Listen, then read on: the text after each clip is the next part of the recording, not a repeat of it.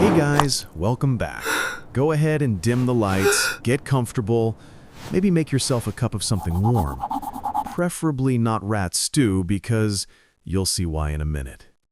Tonight we're floating gently, and yes, floating is generous, into one of the most catastrophic, depressing, and surprisingly transformative moments in all of European history, the Black Death, otherwise known as the 14th century reset button that nobody asked for.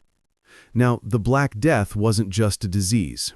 It was the disease, the one that shows up in every medieval documentary, every dark painting, and every student's nightmare when the history teacher says, "Open your textbook to the mid-1300s."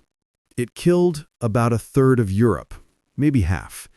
No one's totally sure because, well, everyone was busy dying instead of keeping good records. But before we get there, before we dive into all the pustules, plagues, and panicking peasants, let's take a slow step back. Let's picture Europe in the early 1300s, the calm before the corpse storm. Europe at that time was not doing great. Sure, there were castles and cathedrals, knights and tournaments, all the Instagram highlights of the medieval world. But underneath all that, famine, overcrowding, bad sanitation, and a general medical understanding that could generously be described as vibes-based. The 1310s had already brought the Great Famine, when crops failed and people resorted to eating whatever they could find, bark, dogs, sometimes each other. And just when Europe finally started to recover, when fields were green again and people were saying, "Maybe we'll be okay," the universe, or perhaps a particularly vengeful flea, said, "Actually, no."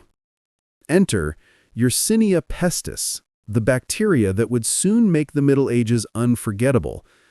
Well, unforgettable for us. For them, it was mostly just unsurvivable. A rat problem and a flea agenda. So, picture it. Somewhere in Central Asia, possibly in the steppes or along the Silk Road, fleas were having the time of their lives. Their hosts, black rats, were everywhere. Merchants were traveling, ships were sailing, and no one, not one single medieval person, thought to ask, "Hey, maybe we shouldn't let rodents snap next to our grain?" By the late 1340s, ships began arriving in Mediterranean ports like Messina, Genoa, and Venice. People rushed to unload the goods, silk, spices, things that screamed luxury. But, surprise, the ships were also full of rats, and the rats were full of fleas, and the fleas were full of microscopic death. And that, kids, is how global trade met global catastrophe. The disease spread with terrifying speed, faster than gossip in a royal court. Within months, it had jumped from port cities to villages, from merchants to monks, and from nobles to peasants. The plague didn't care about your title, your wealth, or your fancy Latin prayers. If you had blood, congratulations, you were on the menu. What dying looked like. A gentle overview. Now, I know what you're thinking. So, how bad was it really? And the answer is, worse than you can imagine, but let's keep it cozy. Victims of the plague developed painful swellings, called buboes, usually in the groin, armpits, or neck. They were about the size of an apple. And yes, they oozed, because of course they did. Fever, vomiting, black spots under the skin, all part of the fun package deal. People could go from healthy to dead in 2 or 3 days. And medieval doctors? They had ideas, but not good ones. They blamed bad air. They blamed alignment of the planets. They blamed sin, because obviously God was running a very aggressive quality control program. Doctors would suggest things like bleeding the patient, or sitting next to a fire to balance humors, or even sniffing flowers to cleanse the air. It's safe to say the medical profession was going through its experimental phase. Panic, prayer, and pointing fingers. As the death toll climbed, people did what people always do when they don't understand something. They panicked. They fled cities, abandoning families, friends, and occasionally entire towns. Those who stayed turned to prayer, fasting, or whipping themselves in public, because nothing says stop the plague like self-inflicted back pain. These were the flagellants, groups of religious fanatics who wandered from place to place beating themselves to atone for humanity's sins. Their logic went something like, if God is mad, maybe if we hit ourselves hard enough, he'll calm down. Spoiler, he didn't. And of course, when prayer didn't work, many communities looked for someone to blame. Enter the old medieval pastime, scapegoating. Jewish communities across Europe were accused of poisoning wells, conspiring with the devil, or just existing incorrectly. Thousands were massacred or burned alive because nothing says public health strategy like murdering your neighbors. The social reset button. But here's the weird twist. Out of this endless misery came change. Massive, society-level change. It's as if the Black Death accidentally hit reboot on medieval Europe. With a third of the population gone, suddenly labor became valuable. Peasants, who had been basically human furniture, realized they could negotiate. You want my plowing skills? That'll cost you. And so began the slow death of feudalism. Wages rose, serfdom declined. The church, which had failed spectacularly to stop the plague, lost prestige. Void of authority, new ideas started to grow about medicine, science, and individual worth. It's grim to say it, but without the Black Death, the Renaissance might have arrived much, much later. Tragic inspiration, courtesy of fleas.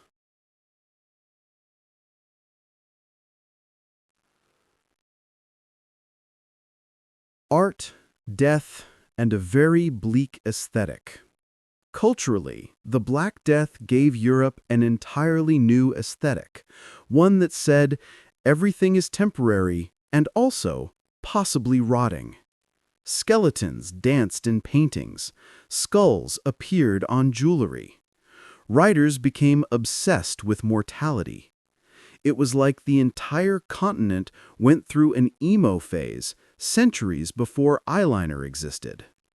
The dance macabre, or dance of death, became a common theme, the idea that death spares no one, dragging kings and peasants alike into the grave.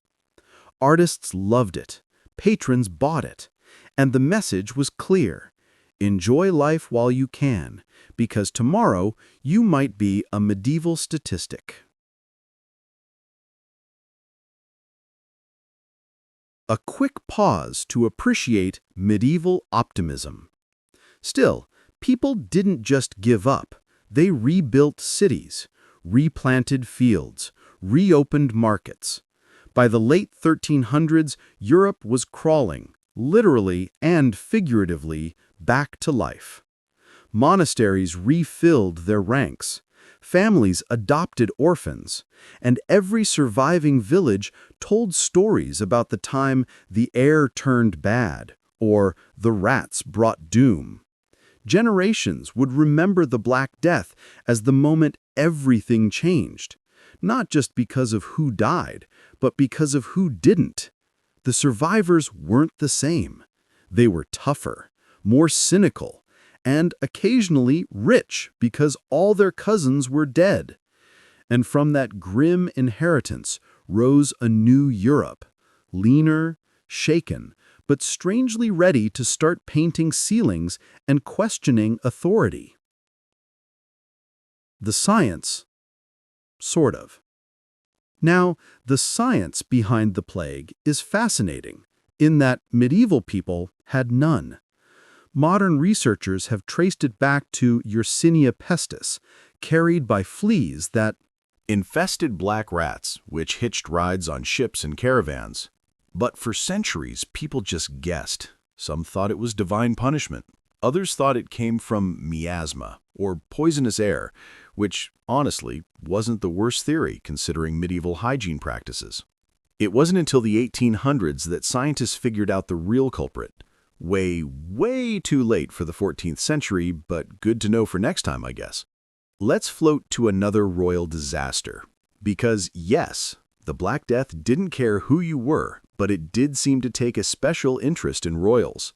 Kings died, queens fled, dynasties collapsed. In England, Edward III watched several of his children die of plague. In France, the royal court scattered like pigeons. Even the Pope, safely barricaded in Avignon, sat between two constantly burning fires, convinced that the smoke would purify the air. Imagine being the Pope, surrounded by incense, coughing smoke and thinking, yes, this is fine. It wasn't fine, but it did make for a dramatic papal aesthetic. And yet, they kept going. That's maybe the strangest part. Even after the death, the fear, the superstition, life continued. People married, farmed, argued about land, wrote bad poetry. Humans, as it turns out, are stubbornly good at pretending things are normal when they're absolutely not. And slowly, across the next century, the population grew again. Children born after the plague had no direct memory of it, only stories, whispered warnings, and maybe a few eerie lullabies about the sickness that took everyone. If you lived through it, though, you'd never forget. The sound of the bells tolling, the silence of empty streets, the smell of smoke from mass graves. It's the kind of trauma that stays in the bones of a Continent. The legacy of fleas and fear. By the 1400s, Europe had fundamentally changed. Labor was reorganized, still bad, but slightly less insane. And somewhere in that wreckage, humanity's curiosity began to spark again. How did this happen? Can we prevent it next time? Questions that, for the first time, weren't answered with just prayer. The irony is that one of history's darkest moments quietly planted the seeds of its brightest eras. Without the plague, there might have been no Renaissance, no shift towards science, no questioning of authority. It's a grim thought that progress sometimes rides in on the back of a rat. And that's where we'll leave it for now.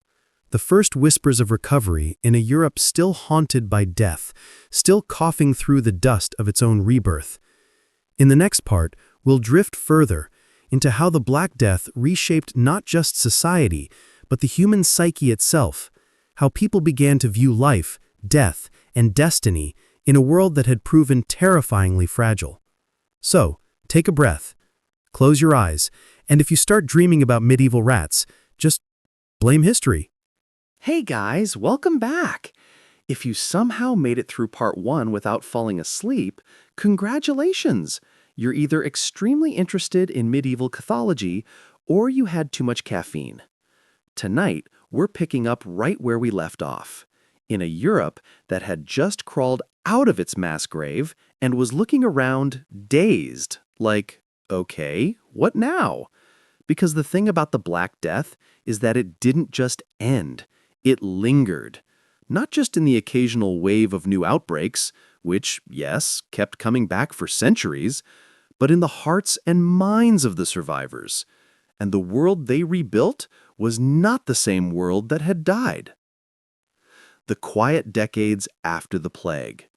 So let's drift into the late 1300s, a Europe still technically alive, but emotionally speaking, deeply unwell. Whole villages were empty. Fields were overgrown. If you walked through the countryside, you might pass a dozen abandoned homes before finding anyone still there. Churchyards were full. And people? Well, people had changed. Imagine surviving the Black Death. You've buried half your family, half your neighbors, and most of your town. You come out of that experience with two possible mindsets. Either life is meaningless and the world is doomed, or, you know what, I'm going to eat this pie and enjoy it. And strangely, medieval Europe chose both. Religion takes a long, hard look in the mirror. Let's start with the church. Before the plague, the church was the authority, spiritually, politically, and economically. If the priest said jump, you jumped. If he said buy an indulgence, you didn't ask for a receipt. But then came the plague. People prayed, begged, repented, and still died. The priests died too, sometimes faster, because they were busy performing Last rites. And the people noticed. If God's chosen representatives were dying just like everyone else, what did that say about God's protection plan? Faith didn't vanish, but it started wobbling. People began turning toward personal religion, mysticism, visions, small lay brotherhoods. If the church couldn't save your body, maybe your own direct hotline to heaven could save your soul. And this shift was huge. It cracked open the idea that individuals could experience faith without a priest as middleman. It's one of those quiet historical tremors that eventually led to, the Reformation. But that's a story for another sleepy night. Clergy shortage. Now hiring. No experience required. The church also had a more immediate problem: staffing. So many monks, priests, and nuns had died that entire monasteries were empty. New recruits were rushed in, often with minimal training. Imagine a young man who can barely read being handed a Bible and told, "Congrats, you're Father Thomas now." Services got sloppy. Confession quality dropped dramatically, and some clergy took full advantage of their new job security, drinking, gambling, and occasionally fathering the very children they were supposed to baptize. Morality declined, corruption increased, and faith quietly wilted. When the divine feels indifferent and your priest smells like ale, spiritual comfort gets complicated. A strange kind of prosperity. But not everything was grim. For the survivors, there was, unexpectedly, opportunity. With so many workers gone, labor became precious. Farmers could demand wages. Craftsmen could negotiate prices. It was like the entire lower class suddenly discovered capitalism, and landlords hated every second of it. In England, this led to the Peasants' Revolt in 1381, because when you give people a taste of freedom and then try to take it back, well, they tend to object. Imagine the medieval HR nightmare. We'd like you to go back to being a serf. And the peasant said, hard pass. Across Europe, similar tensions flared. Old systems like feudalism, that pyramid where nobles sit at the top and peasants hold up the base, started to crack. And through those cracks, modern economics began to crawl out. Graveyard art and existential dread. Now, while peasants were busy negotiating their worth, artists were processing the trauma in their own way, by painting skeletons everywhere. The Danse Macabre, or Dance of Death, became one of the most iconic artistic themes of the time.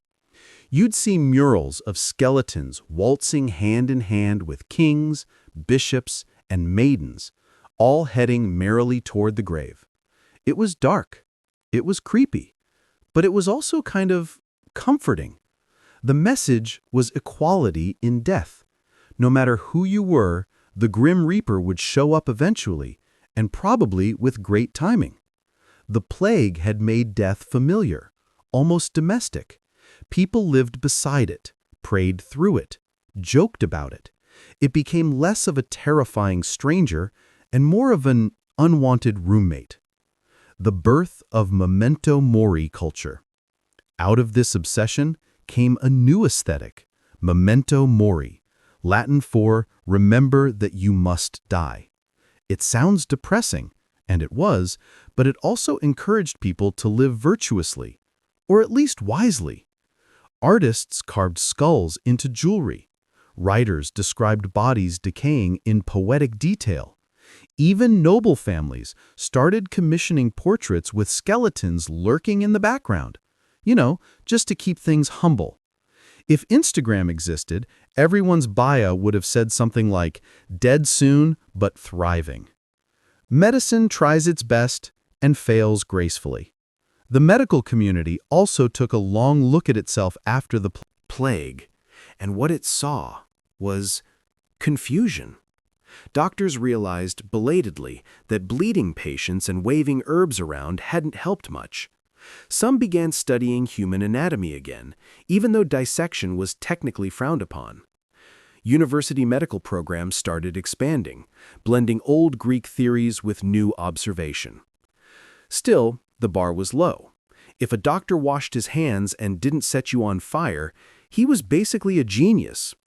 The Black Death didn't create modern medicine, but it gave it a small, reluctant nudge forward.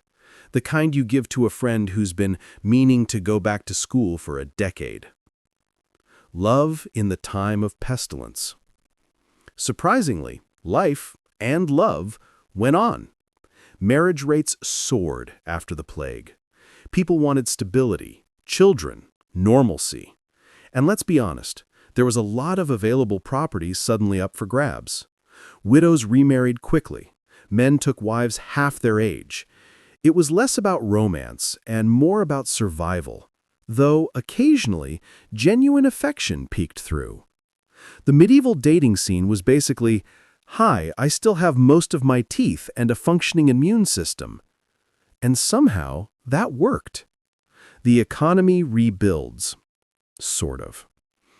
As the century wore on, Europe's economy reshaped itself. Luxury goods became rarer, so prices went up. But essential goods, grain, wool, salt, became vital industries. Some historians even call the Black Death the accidental birth of the middle class. Merchants grew rich, peasants gained bargaining power, and nobles, still clinging to their feudal glory, began selling off land to pay debts. Essentially, the Black Death turned the social ladder upside down. For centuries, power had flowed from the top down. After the plague, it began, very slowly, to rise from the bottom up. It was, in a grim way, the most democratic thing death had ever done. The return of the plague, because one time wasn't enough. Of course, the plague wasn't finished. Epidemics came back, smaller, regional, but still deadly. Every few decades, another wave would roll through and remind people, "Hey, remember me?" The outbreaks of 1361, 1369, and beyond kept everyone on edge. No one knew why it returned. No one could predict it. But the psychological scar deepened. Death was never far away. And so, Europeans developed what we might call a fatalistic chill. They became experts in accepting uncertainty. When your neighbor could drop dead by Tuesday, long-term planning lost some appeal. The plague's shadow on art and literature. Writers, too, couldn't stop talking about it. In Giovanni Boccaccio's The Decameron, a group of young nobles flee plague-ridden Florence and tell each other stories to pass the time, basically the medieval version of a Netflix binge. Each tale mixes humor, tragedy, and moral confusion, because what else do you write about after living through mass death? Elsewhere, poets obsessed over morality, sin, and fleeting beauty. Even centuries later, Shakespeare's England still carried faint echoes of plague paranoia. It had become part of the cultural DNA. Urban planning, medieval edition. The plague also changed how cities were built. Before, medieval towns were basically chaos. Narrow alleys, open sewers, pigs wandering around. Afterward, people started thinking, maybe we shouldn't live directly on top of our waste. Some cities widened streets. Others improved drainage. Bathing became slightly more popular, though not by much.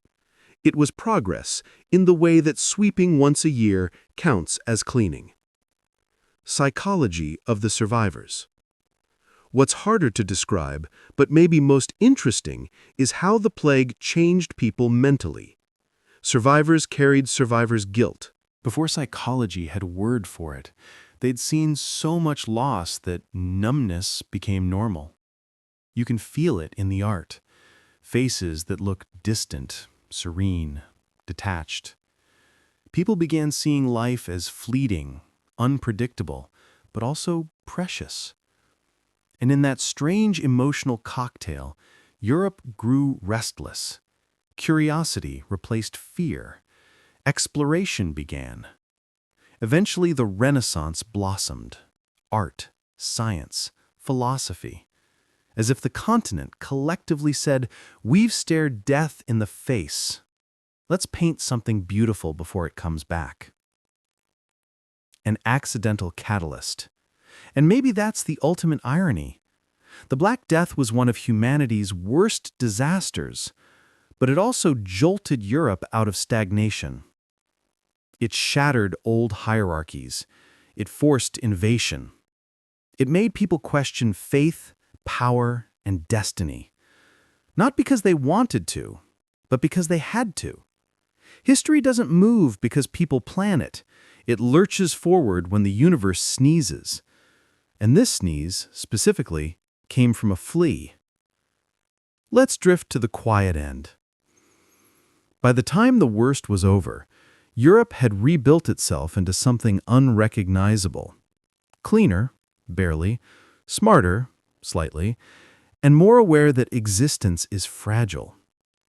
Generations later, people still whispered about the great mortality.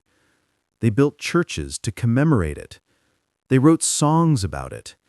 They painted it into the background of every scene, even when they pretended it was over. And maybe that's the true legacy of the Black Death. Not just the death, but the memory. The reminder that life can vanish overnight, but somehow humanity always finds a way to keep going, even if it limps. So, as you close your eyes tonight, think of the survivors, the farmers, the widows, the monks who kept scribbling through the silence. They didn't rebuild the world because they were brave. They rebuilt It, because there was no one else left.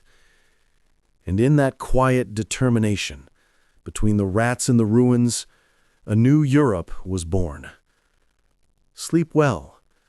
You've survived history's longest bedtime story. Hey there, welcome back. If you've stuck with me this far, congratulations. You've officially survived more medieval misery than most 14th century peasants. Tonight, we're gliding softly out of the graveyard and into the faint light of a new era. An era that somehow grew out of all that death, dirt, and existential despair. Because here's the strange truth. Out of the Black Death's ashes came a quiet bloom of color, creativity, and thought. Not immediately, of course. The Middle Ages didn't wake up one morning and say, "Let's invent perspective and paint cherubs." But over the next century or two, Europe started thinking differently. And this shift from survival to self-expression would shape everything that came after. A weary world starts to wonder. By the late 1300s and early 1400s, life in Europe had stabilized. Not thrived, that's too strong a word, but steadied. The farms were producing again, cities were repopulating, and the collective trauma of the plague had settled into something quieter: reflection. When you've spent years surrounded by death, you start asking big questions. Why are we here? What's the point? And most importantly, could we please stop using leeches for every medical condition? The intellectual mood began to change. People started caring not just about salvation in the afterlife, but about experience in the present. This subtle shift from divine to human focus would eventually become humanism, the philosophical backbone of the Renaissance. It was as if Europe collectively thought, "We've spent centuries preparing for heaven. Maybe we should try enjoying Earth a little." The Italian spark, because of course it was Italy. Money, merchants, and a convenient lack of modesty. Trade had brought them wealth, contact with the Islamic world, and, most dangerously of all, ideas. In Florence, wealthy families like the Medici were busy counting coins and commissioning art. The plague had humbled Europe, but it had also concentrated wealth into fewer hands. And those hands, soft, perfumed, very rich hands, started funding painters, architects, and philosophers. It's one of history's better ironies. Death made art possible. The fewer mouths to feed, the more gold left to spend on frescoes. Plague money, pretty churches. The Medici, the Sforza, the Gonzaga, they all shared one realization. If life is short and death is certain, you might as well leave behind a beautiful building. Cathedrals sprouted again, not just as monuments to God, but as flexes of civic pride. Public squares filled with statues of saints who looked suspiciously like their patrons. And painters began doing something quietly revolutionary, studying the human body, not to fear it, but to celebrate it. Before the plague, most art was stiff, symbolic, two-dimensional. After the plague, it started to breathe. Faces had emotion, bodies had weight, space had depth. It's as if the artists collectively decided, we've seen enough skeletons, let's paint life for a change. Humanism, the philosophy of being slightly less miserable. At the heart of this new world was humanism, the belief that humans, with all their flaws and brilliance, were worth studying. Humanist thinkers rediscovered classical texts from Greece and Rome. Scholars like Petrarch and Erasmus translated, commented, and occasionally plagiarized ancient wisdom, giving it a medieval twist. They talked about virtue, reason, and individuality. Not the grand divine version of humanity, but the small, curious, occasionally petty one, religion. It was more like a rebalancing act.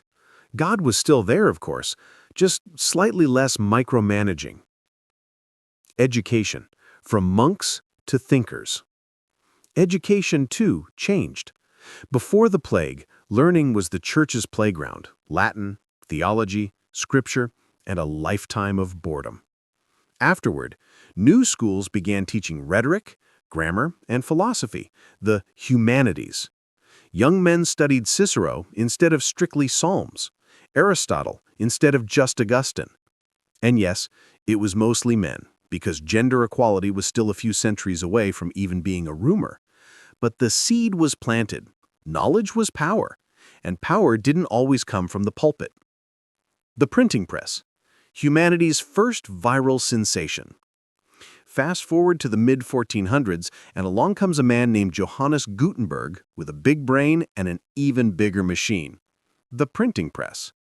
Before printing, books were copied by hand, slowly, painfully, by monks who probably cried into their ink. After printing, books exploded across Europe like medieval memes. Ideas spread faster than the plague ever had, though with fewer boils. Suddenly, everyone with a few coins could own a book. Knowledge wasn't confined to monasteries anymore. It was democratized, mass-produced, and occasionally censored. If the plague had taught Europe how fragile life was, printing taught it how powerful words could be. A new view of the world, literally. Meanwhile, painters were inventing new ways to see. Perspective, the idea that things in the distance should actually look smaller, sounds obvious now, but in the 1300s, it was revolutionary. Artists like Brunelleschi, Masaccio, and Leonardo da Vinci started experimenting with depth, light, anatomy. Buildings looked solid. Faces looked human. It was as if Europe suddenly remembered what real life looked like. And this wasn't just aesthetic, it was philosophical. To pay reality as it appeared was to say reality itself matters. That was new. Before, only heaven mattered. Now, the world itself was worth studying, measuring, and appreciating. Boils and all. The rise of individuality. The plague had erased entire families, wiped out noble lines, left inheritances dangling. In the vacuum, individuals began to stand out more. Merchants, scholars, explorers, people who weren't royal or holy could suddenly shape history. It's no coincidence that this is when you start seeing signatures on paintings. Before, artists worked anonymously for the glory of God. Now, they signed their names for the glory of me. And honestly, good for them. The Renaissance created a new kind of ego, not the power-hungry king kind, but the creative kind. A belief that one mind, one hand, could make something timeless. Science pokes its head out. Alongside art and philosophy, science began quietly creeping out of the shadows. The plague had shown everyone how little they actually knew about the body, disease, or the natural world. So scholars began testing things, observing, recording, experimenting. Astronomers charted the stars. Anatomists dissected bodies, illegally but thoroughly. Mathematicians scribbled in candlelight. It wasn't glamorous, and it wasn't yet the scientific revolution, but it was the first time Europe started asking nature why, instead of just who sent this. Exploration. Because why not leave? As Europe grew bolder, it also grew restless. The same curiosity that drove painters to study the human face drove sailors to chase the horizon. By the late 1400s, explorers like Columbus, da Gama, and Magellan set out to map the world, often badly, but enthusiastically. Behind their voyages lay a new mindset, the belief that discovery was noble, not dangerous. Of course, the exploration boom also brought conquest, colonialism, and a few centuries of moral hangovers. But at the time, it felt like the world was reopening after a long quarantine. The plague's lingering ghost. And yet, even as Europe basked in its newfound brilliance, the Black Death never fully left the room.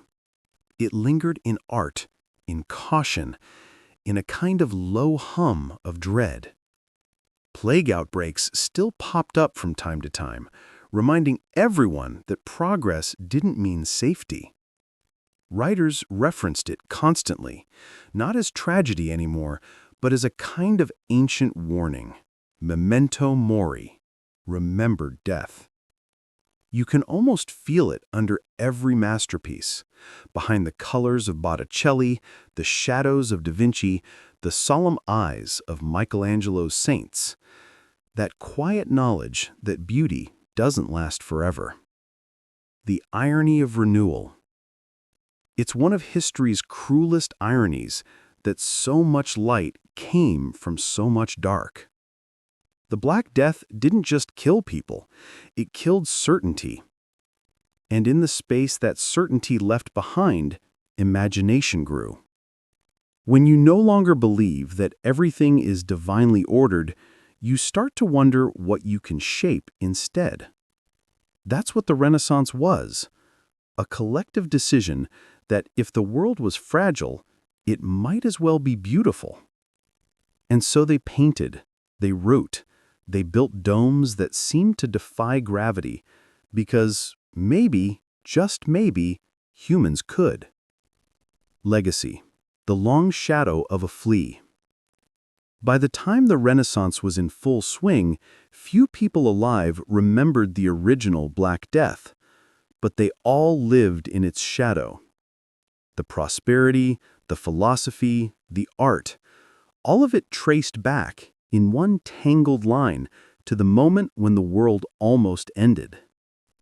That's history's trick. It doesn't erase the horror, it repurposes it. The plague destroyed. Also reset. And from that reset came modern Europe, skeptical, creative, stubbornly curious. The same spirit that built cathedrals and printed Bibles would one day build telescopes and hospitals. The fleas didn't know it, but they jump-started a civilization, a quiet ending. So, as the 15th century dawned, Europe looked different. Cities gleamed with marble, books whispered new ideas, art breathed. But beneath it all, the old bones of the Black Death still lay there, silent but essential. Every painting, every poem, every invention was, in a way, a love letter to survival. Because that's what the Renaissance really was. Humanity, after staring death in the face, choosing to look back at life and sketch it, carve it, and write it down before it disappeared again. Take a breath. You made it from the plague pits to the Sistine Chapel. Not bad for a bedtime journey. Sleep well, traveler, and remember, history always has a pulse, even under the ashes. Hey again. Welcome back to the quiet end of our long, diseased bedtime story. If you're still here, it means you've followed the trail, from rotting medieval streets and terrified priests to marble domes and oil paintings. And now, as we float through the softer centuries that followed, we're left with one question. Did the plague ever really end? Technically, yes. Biologically, the Black Death faded. But emotionally, socially, and mentally, not so much. It just changed form. Let's drift through that together. The long shadow. The funny thing about pandemics, and funny here meaning not funny at all, is that they never stay in their century. They stick to our collective consciousness like a stain that won't quite wash out. The Black Death carved itself so deeply into Europe's memory that even when it was gone, people still acted as if it might return any moment. Doctors wore long-nosed masks centuries later, not because they worked, but because fear worked. Whole towns kept ancient quarantine laws on the books long after the last rat had packed up and left. And every time a new disease appeared, sweating sickness, smallpox, cholera, the same medieval instincts came crawling back. Isolation, blame, prayer, panic.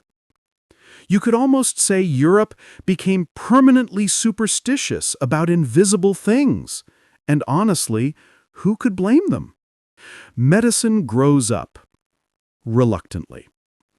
If the plague had one silver lining, and yes, it's a weird sentence to write, is that it forced medicine to grow up.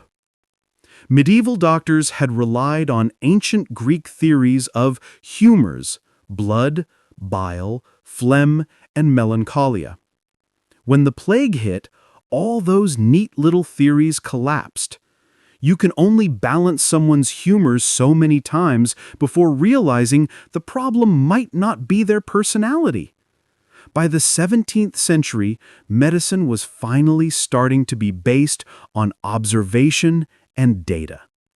1500s and 1600s, European physicians started to take a more observational approach. They dissected cadavers, tracked symptoms, and, shockingly, admitted they didn't know everything. The plague made ignorance visible, and that visibility sparked curiosity. It's a small but crucial step from God's punishment to, maybe germs. Quarantine, the original social distancing.